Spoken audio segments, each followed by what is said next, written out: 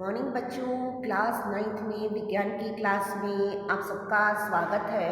तो बच्चों, हमने लास्ट जो लेसन किया था वो लेसन नंबर 4। और आज हम जो करने जा रहे हैं, अभी हमारे कोर्स में बाकी 2 ही लेसन रह गए हैं, वो है 12वां और 13वां। तो हम 12वें लेसन को लास्ट में ले लेते हैं। हम आज से शुरू कर रहे हैं 13वां लेसन। और 13वें लेसन का टॉपिक ये है, हम आखिर बीमार क्यों पड़ते हैं, बीमार होने के क्या कारण हैं।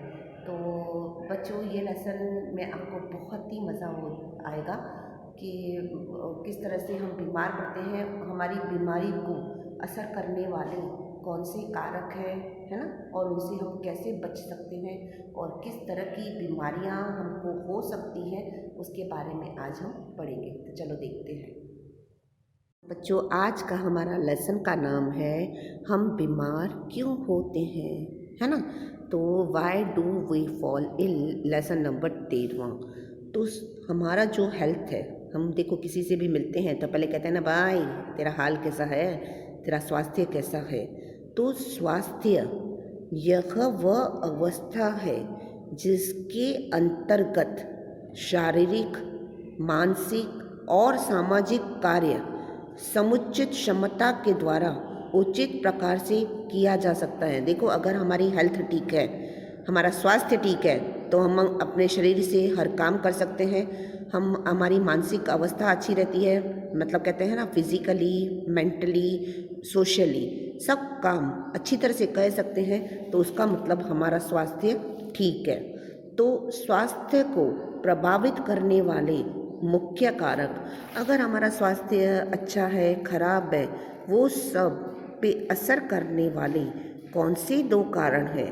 तो बच्चों, उन पर असर करने वाले मुख्यतः 2 कारण हैं। पहला कारण है व्यक्तिगत समस्याएं, यानी पर्सनल प्रॉब्लम्स, और दूसरा है सामुदायिक समस्याएं। ठीक है।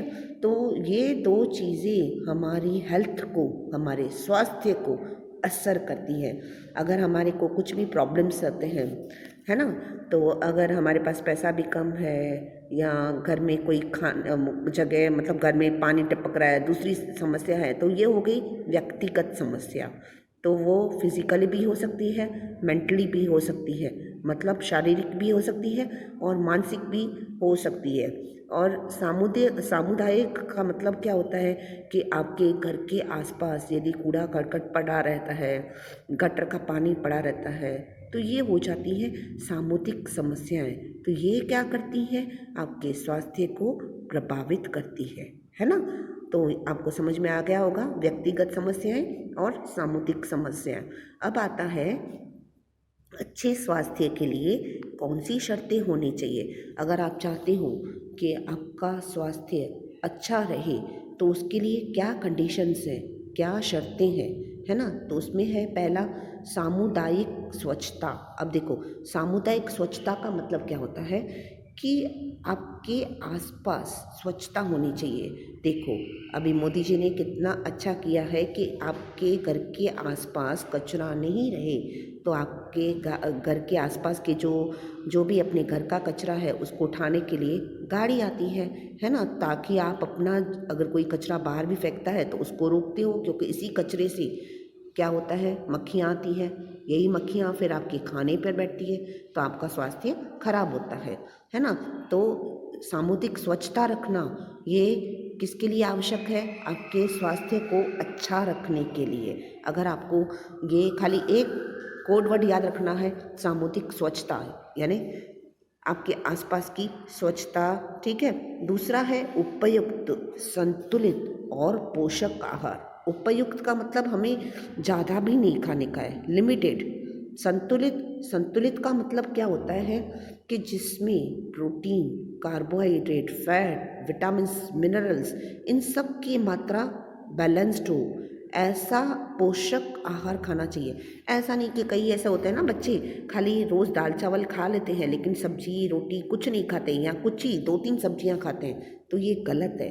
क्यों? क्योंकि आपके शरीर में भी किसी विटामिन्स की, किसी मिनरल्स की कमी हो जाने की वजह से आपके शरीर में पता है क्या हो जाता है, असर करते हैं। जैसे मैं एक बताऊं, इन दिनों मेरी बेटी की तबीयत ख़राब हो रही है। क्यों ख़राब हो रही है?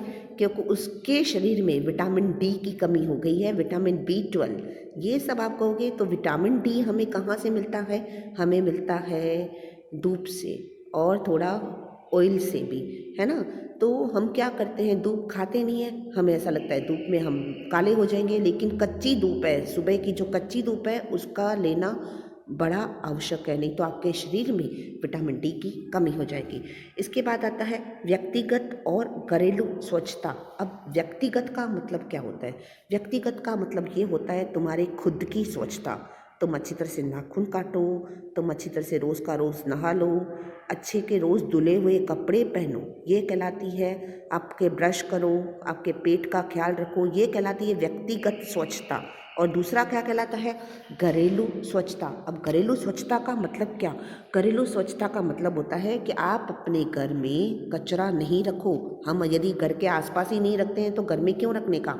घर के जो भी डस्टिंग करने का और झाड़ू पोता करने का, जाले निकालने का, नहीं तो इनसे हम बीमार पड़ जाते हैं। नेक्स्ट है स्वच्छ भोजन, जल और वायु और स्वस्थ वातावरण। स्वच्छ भोजन का मतलब क्या होता है? रखा हुआ खाना नहीं खाने का। हम कहते हैं कि चलो फ्रिज में पड़ा है, पर बच्चों फ्रिज में भी पड़ा हुआ हम भले खाते हैं, वो एक दिन तक सुरक्षित रहता है, लेकिन नेक्स्ट डे बाद उसकी बाद जो भी उसके अंदर जो आवश्यक पोषक तत्व हैं वो चले जाते हैं। और ज़्यादा भी कोई चीज़ को तलने से, पकाने से उसमें से जो पोषक तत्व हैं वो चले जाते हैं। उसके अलावा स्वच्छ जल। अब देखो कई बार क्या होता है, लोग पता है कौन सा जल पीते हैं? तालाब का जल पी लेते हैं, जिनके घर पानी नहीं होता, नल का पानी पी लेते हैं, तो ये इससे भी बीमारियां होती हैं।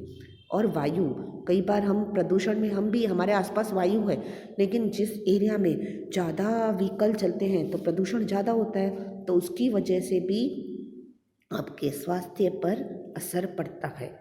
फिर इसके बाद आता है प्रतिदिन व्यायाम करना। अब आप कहोगे क्या है, हम तो पतले हैं, एक्सरसाइज नहीं करनी है। एक्सरसाइज करने से, जैसे देखो तुम्हारे शरीर में जो भी हाथ है, पाँव है, वो पुर्जे चलने चाहिए रोज़ उनको। जैसे देखो तुम्हारे घर में मिक्सी पड़ी है, बहुत दिनों तक इस्तेमाल नहीं करोगे तो वो अच्छी तरह से नहीं चलेगी, है ना। तो हमारे शरीर में भी फिर जंग लग जाती है, वो काम करना बंद कर देते हैं। तो एक्सरसाइज करना, और इसके अलावा इसकी वजह से जो भी हमारे सांसों पे नियंत्रण होता है, मतलब सांस का, मतलब आपने देखा होगा कि बाबा रामदेव आलोम विलोम और कपालभाति ये सब व्यायाम कराते हैं। वो सब हमारी सांसों को स्वस्थ रखने के लिए, हमारे फेफड़ों को स्वस्थ रखने के लिए करवाते हैं। समुचित आराम और अच्छी आदतें। समुचित आराम मतलब एक प्रॉपरली बॉडी रेस्ट होना चाहिए आपकी बॉडी को। अगर आपने 8 घंटे अच्छी तरह से नींद नहीं की तो भी आपके बीमार पड़ सकते हो। इसके अलावा अच्छी आर्थिक परिस्थितियाँ तथा कार्य भी, अच्छी आर्थिक परिस्थिति होगी और कार्य तो भी व्यक्तिगत स्वास्थ्य के लिए आवश्यक है। समझो कई ऐसे घर हैं बेचारे जो गरीब हैं, उनको खाने पीने के लिए नहीं मिलता है, तो उनका स्वास्थ्य पे असर पड़ता है। पर उसी जगह कोई अमीर रहता है, उनको सब चीज़ें की फैसिलिटी मिलती है, तो वो उनका स्वास्थ्य अच्छा रहता है। तो इसलिए स्वस्थ रहने के लिए हमें, ये मैं एक आपको नारा दे सकती हूँ, हेल्थ इज़ वेल्थ। आपकी स्वास्थ्य ठीक है तो सब कुछ वेल्थ आपके पास है, मतलब आपके पास सब तरह का धन है। लेकिन अगर आपके पास स्वास्थ्य ही ठीक नहीं है तो आपके पास कुछ नहीं है। इस तरह से बच्चों मैंने आपको स्वस्थ रहने के क्या शर्तें हैं उसके बारे में बताया। इस तरह से आप अपने आप को रोग मुक्त स्वस्थ कैसे रख सकते हो उसके बारे में बताया। तो आजकल के लिए इतना ही। Bye bye, take care.